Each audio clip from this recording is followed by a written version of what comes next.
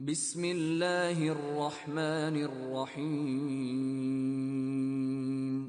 Cerita novel Suamiku yang Jahat Selalu Merayuku.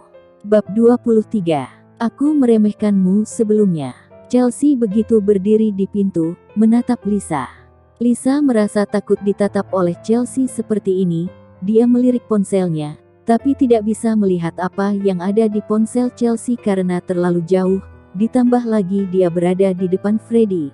Dia tidak bisa memarahi Chelsea, maka dia hanya bertanya dengan datar, "Nona Liam, mengapa menatapku seperti ini?"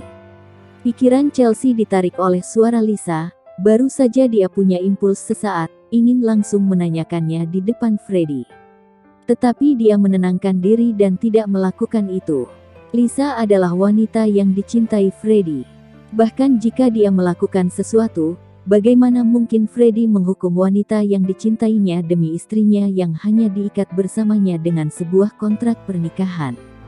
Dia memegang ponsel dengan erat dan mencoba untuk menenangkan emosinya.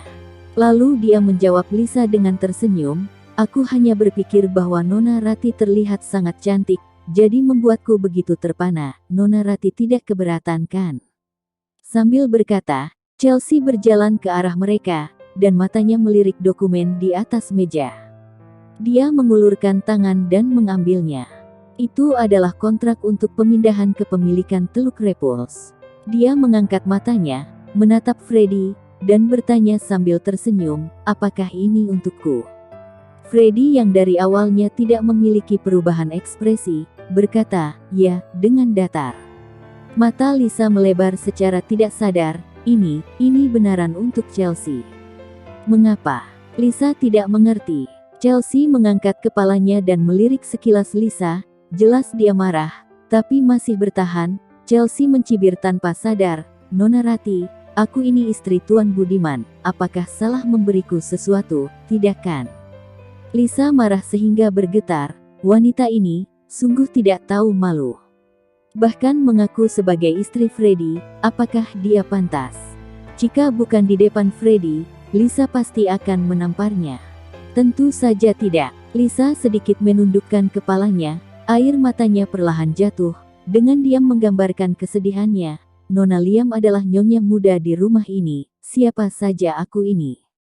Kamu adalah wanita yang disukai Presiden Budiman, kamu telah mengikutinya selama bertahun-tahun, dan mengapa kamu harus menyakiti dirimu sendiri?"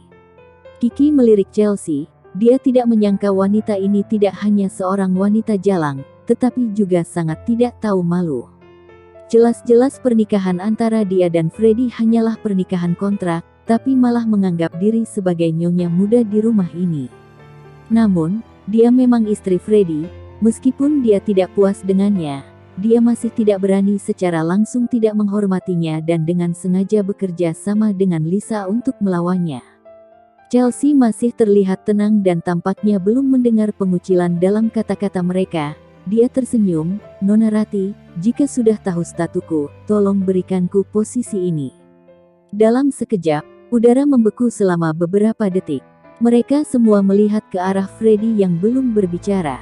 Apakah dia mengakui statusnya? Jika diakui, apa statusnya Lisa? Wajah Freddy tiba-tiba menjadi suram. "Apa statusmu?" Rasa bahaya tiba-tiba mendekat. Chelsea bertahan, memaksa dirinya untuk tetap menatap matanya. "Hubungan kita adalah suami istri, bahkan selama 1 jam pun juga tetap suami istri. Selama kita tidak bercerai, aku minta duduk di samping kamu. Apa itu salah?" Chelsea membela dengan kata-katanya. Dia ditindas untuk waktu yang lama. Jika hanya dia yang dianiaya, itu tidak masalah. Tapi Lisa, bahkan menggunakan Liana, membuatnya menderita penyakit mental. Kali ini dia tidak bisa bertoleransi. Karena Lisa takut dia dan Freddy akan berdekatan, maka dia akan dengan cepat mendekati Freddy. Bahkan di depan mata Lisa, Liana adalah satu-satunya keluarganya, dan juga merupakan garis bawahnya yang tidak boleh disinggung. "Nona Rati, meskipun kamu dan suamiku memiliki hubungan yang sangat dekat, tapi sekarang, kami belum bercerai, dan tolong Nona Rati mi." Sebelum lanjut, jangan lupa subscribe, like, komen, dan share ke medsos kalian. Cerita novel Suamiku yang jahat selalu merayuku. Bab 24. Ayah anakku. Freddy tidak mampu menghindar dan menyaksikan Chelsea terjatuh dan mengarah ke tubuhnya. Dahinya membentur dagunya, menyebabkan rasa sakit. Tapi bibirnya melekat pada benda yang keras, cekung dan cembung, suasananya yang tidak asing. Chelsea tertegun sejenak dan ketika pikirannya kembali, ia segera bangkit. Dia baru menyadari bahwa bagian yang melekat pada bibirnya tadi itu adalah jakunnya. Dia menutupi dahinya yang sakit dan pipinya terasa panas. Dia malu.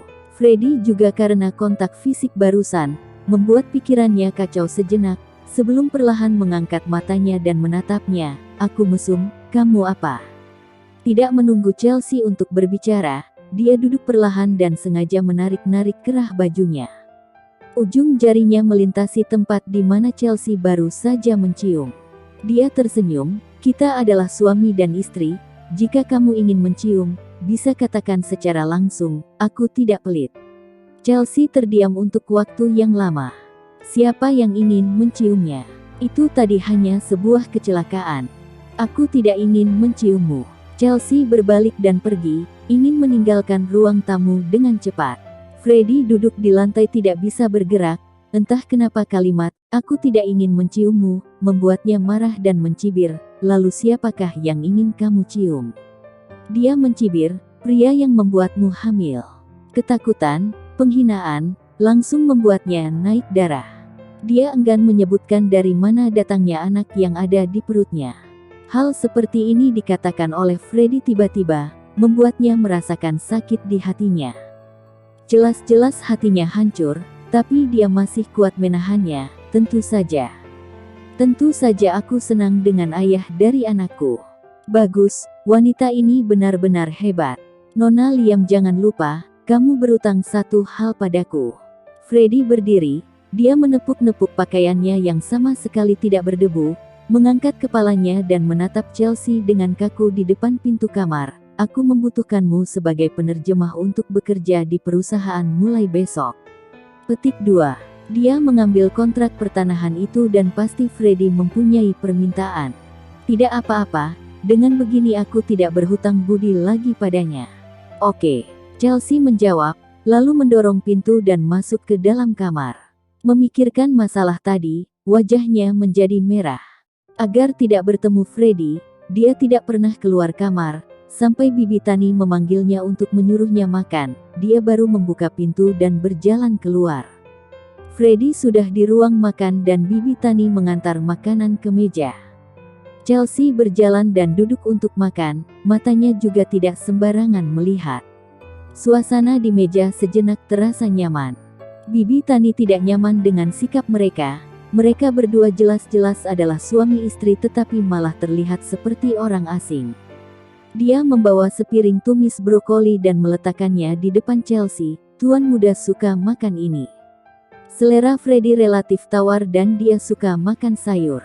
Bibi Tani yang telah merawatnya jadi dia adalah orang yang paling jelas. Chelsea membeku sejenak, tidak tahu apa yang dimaksud Bibi Tani.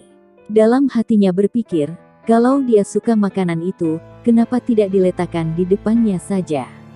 Bibi Tani mengedipkan matanya dan memintanya untuk mengambilkan lauk untuk Freddy. Chelsea melihatnya sebentar sebelum dia mengerti apa yang dimaksud Bibi Tani.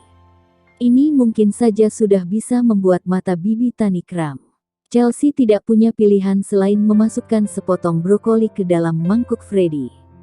Freddy mengangkat matanya, Chelsea tersenyum dan dilihat Bibi Tani membuatnya jadi berhati-hati. Rencana ini terlihat jelas. Freddy perlahan mengambil menyendok potongan brokoli itu. Brokoli yang hijau dan lembut itu membuat matanya penuh antusias. Bibi Tani memang tahu seleraku.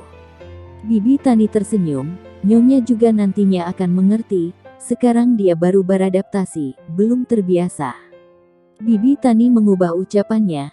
Sebelumnya memanggilnya Nona Liam, meskipun dia tidak berkenan di malam.